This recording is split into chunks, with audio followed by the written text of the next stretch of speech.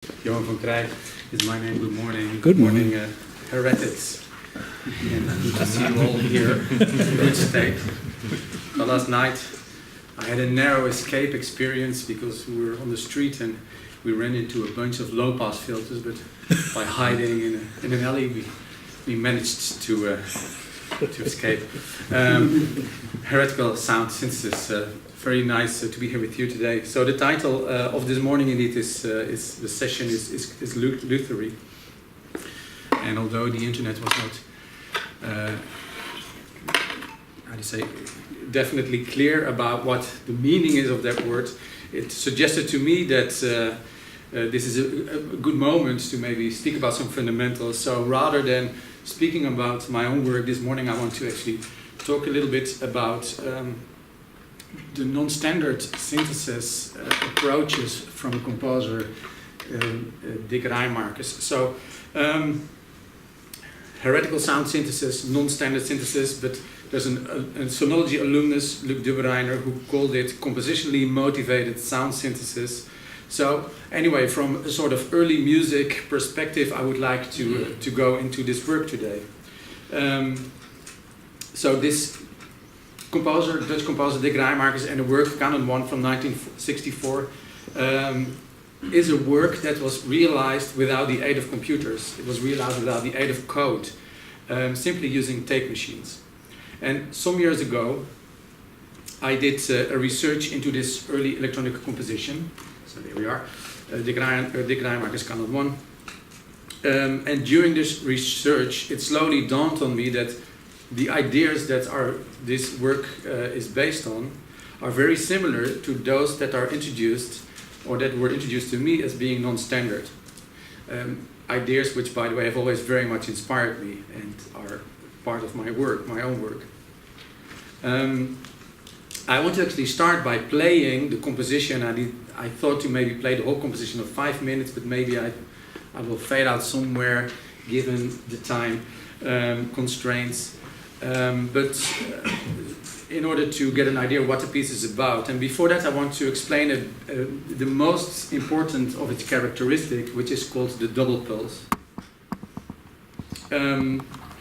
Double pulses are made up of two precisely spaced pulses in such a way that they give an impression of pitch. The same one as a sine wave would have given the same period. I will come back to that later. The subtitle of Canon 1 is Super Augere, and it points to the fact that there's a growth taking place throughout the piece, both in durations as well as in densities of sound structures. This can clearly be heard in the work. So I will start playing the work.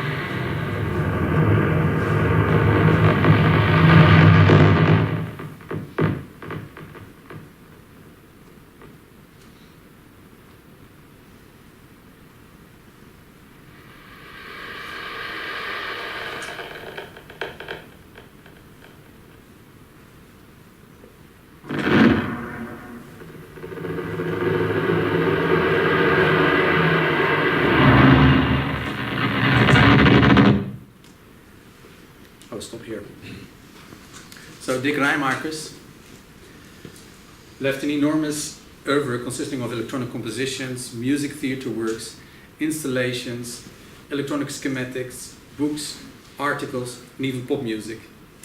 In his early life, he studied piano, found a job as a radio engineer at the Philips factories in the city of Eindhoven in the Netherlands. And in 1954, he started working at the physics laboratories there, which is called the Nat Lab, doing electroacoustic research. He gained some fame using the alias Kit Bolton, making popular electronic music for the Philips company until he left there in 1960. In 1962, together with the composer Jan Boerman, he opened a private studio, and for the first time actually there was the time and the space and the occasion to fully devote to the ideas that he had been developing about music over the past years. And the main equipment in this studio were 3 Revox F36 tape recorders. Around that same time, a good friend of him, Jaap Spek, moved to Cologne to work as an assistant of Stockhausen. And in a well-documented correspondence with this friend, the development of ideas that led to Canon 1 can be clearly traced. And apart from this correspondence, there are folders full with notes and calculations from which the original work can be reconstructed. Rijmakers saw a problem with how the composition of electronic music was approached. From today's perspective, we could say that what Rijmakers observed was that a standard model was underlying the use of the equipment.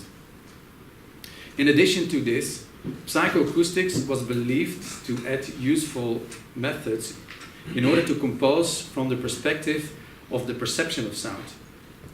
His analysis was that in many electronic works, sounds were constructed as things, possibly emitted from real-world little machines.